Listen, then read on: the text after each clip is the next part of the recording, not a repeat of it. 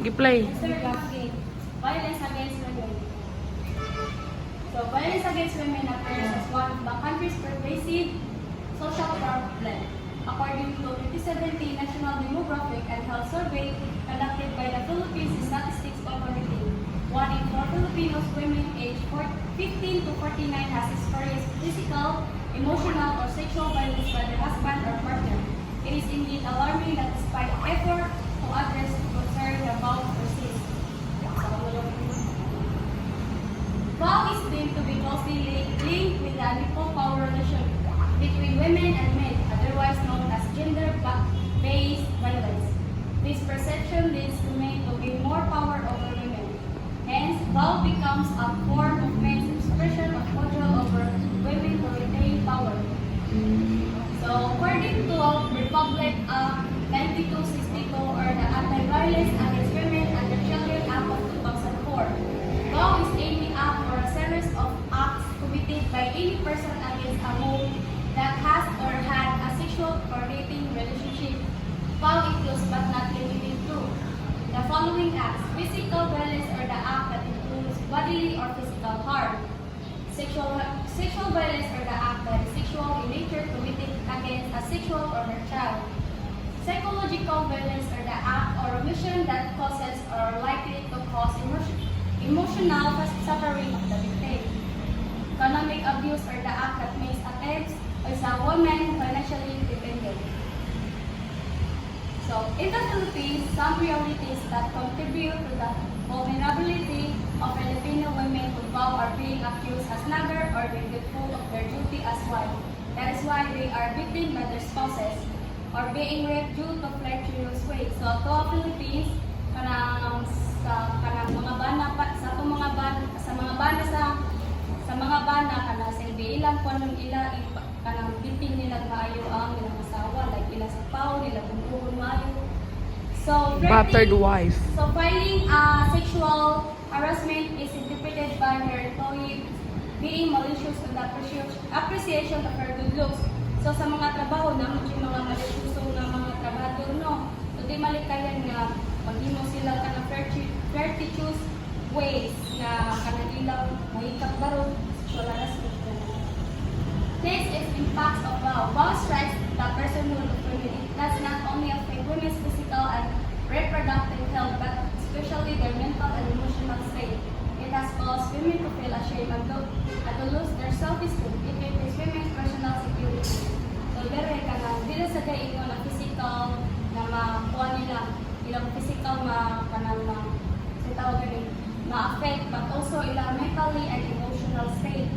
So, nadyoy ka ng mga babae na once na ma-sexual harass sila, nadyoy sila, makapil sila, o low stage sa ilang kaugalingon, o lasat sila yung mauwaw sila kaugalingon kung kailan mo na kumugaw. Vow limits human development. It jeopardizes women's health and curbs their capacity to participate in social development. Working women's reproductivity decreases due to frequent absences resulting from vow. Vow is responsible for 1 out of every 5 healthy days of life lost to women's reproductive age. Vow further drains the country's financial resources. The Philippines sent an estimated 6 billion pesos in 2002 to treat vow survivors. This amount covered the medical treatment of vow injuries, psychological therapies, and programs for survival.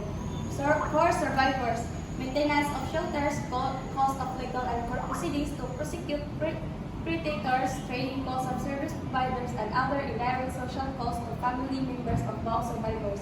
So, Philippines kanang nag-spend sila 6 billion for the vow sa mga na-violence at sa mga nakuha ng mga na-beat sa ilang mga partner. Next is, vow is an issue of governance.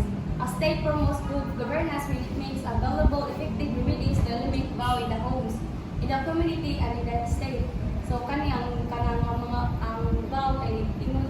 ang vow kay sa kuan sa ni kana bitaw may mag-away partner sa public dayon na kanang bitan sila kanang hapakon kani sa paong sa public pa na or sa balay pa na halos magtinunggabay na.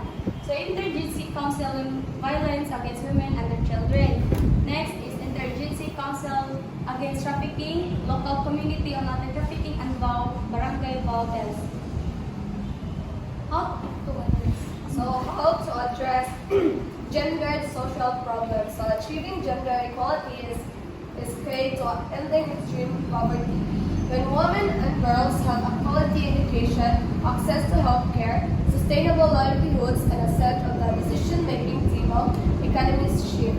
The evidence is clear, communities escape poverty permanently. So here are 7 examples of how to address gendered social problems. First is gender bias in education. There are many ways that girls' education benefits economics and societies. This is not only means that they lost out an opportunity for better future, but that the same will happen to their own children. So, ang kaniya kay kanang gigaan sila ang opportunity na about sa education. Then, second is the gender pay gap. So ensuring that women not only earn the same salaries as their male counterparts, but also get the same access to economic independence post economy. So,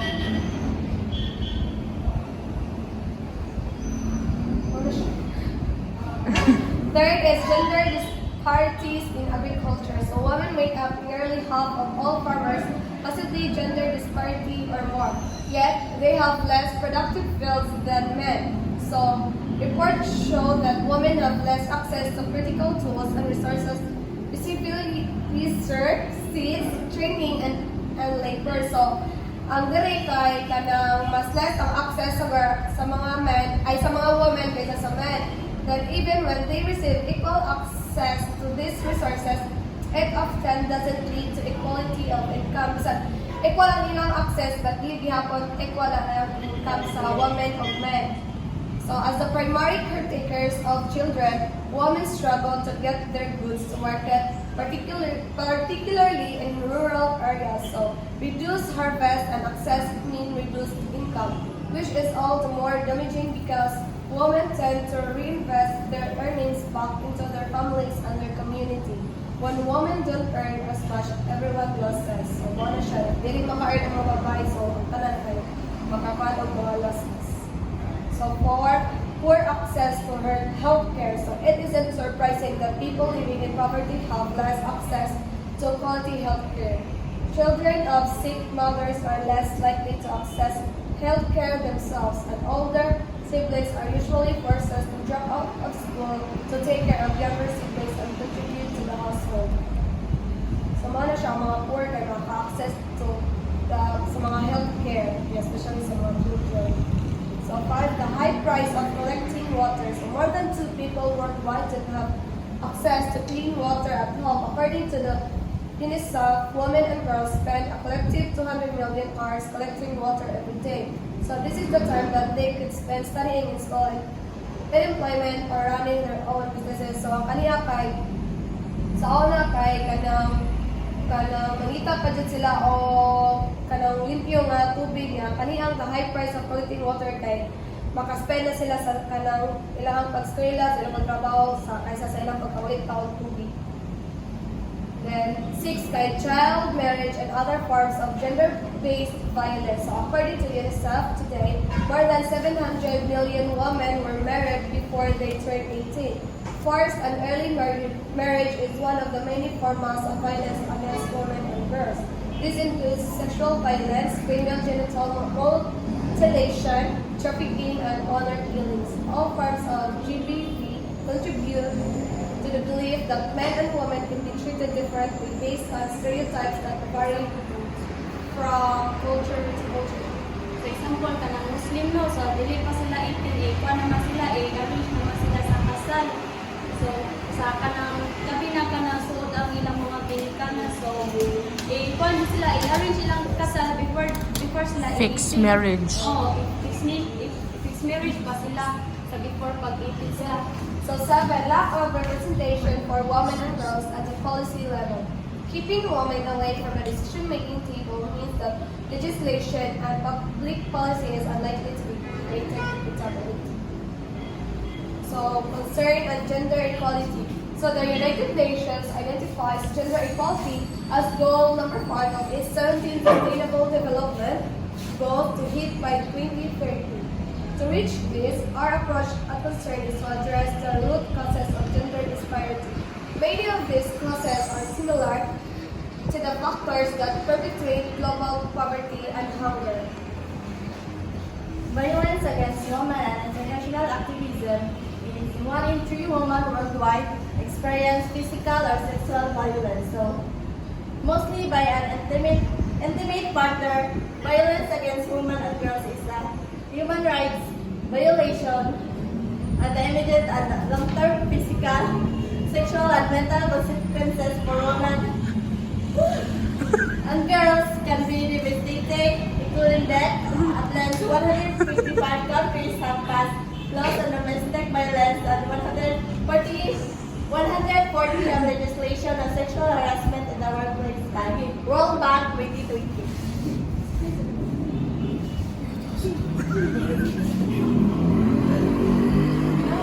So, gender equality and international activism. So, activism consists of efforts to promote, create, direct, or intervene in social, political, economic, or environmental reform with a desire to make changes in society to provide perceived greater good. So, ang kanang gender equality and international activism kay mo na siya to promote in social, political, economic, and environmental reform. So, forms of activism include building in the community, including writing letters to newspaper, petitioning and elected officials, running or contributing to a political campaign, preferential patronage or boycott of business and demonstrative forms of activism like rallies, street march, strikes, sit-ins, or hunger strikes. So activism may be performed on a day-to-day basis in a wide variety of ways, including through the creation of art or activism, computer hacking or activism, or simply in how one chooses to spend their money or economic activism. So why is a man's role in gender equality activism? So men have responded to the feminist movement in every different ways. Some supported all antagonistic. So men have the response to the feminist movement sa kuan nga lain-lain nga ways. So however, feminists to have at times taken a hard line, separatist stance, seeing the challenge of achieving gender equality as really exclusive with women, ignoring the issue of men and their socializations within the patriarchal system. There are steps I'd like to share with men, boys, and non-binary people who support gender equality to help take movement forward. So number 1 is acknowledge male privilege. Men must begin by acknowledging the privileges we have been born into as a result of the patriarchy, the system of society and government in which men hold the power and women are largely exclusive from it.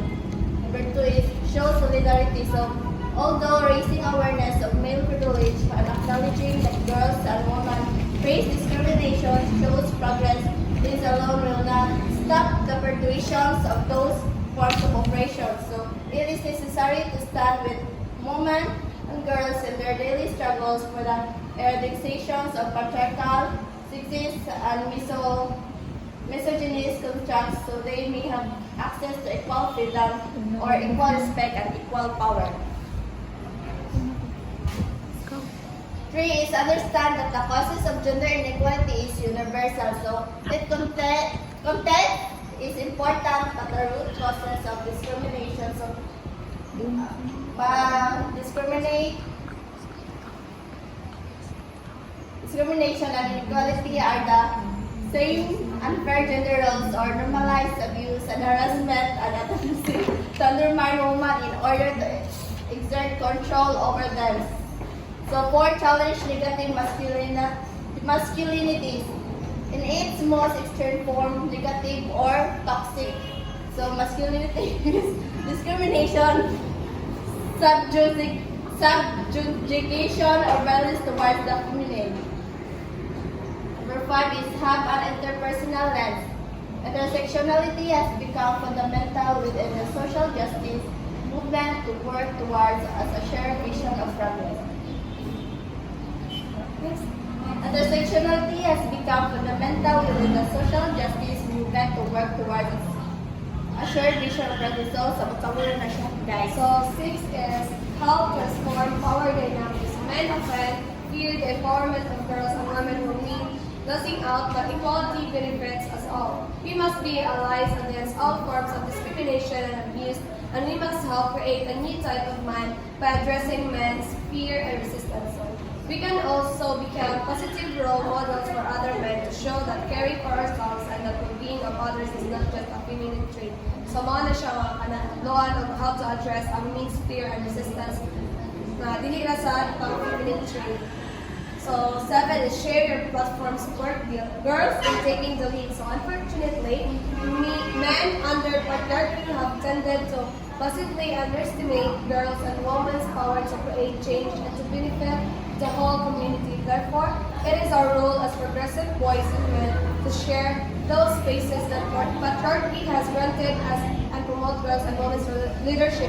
So, ang kaya siya diri kaya kanang i-share ang mga platform na dapat i-support po ang girls and women na dili ra pod kanang dili ba discriminate and dili ra pod laki per Thank you.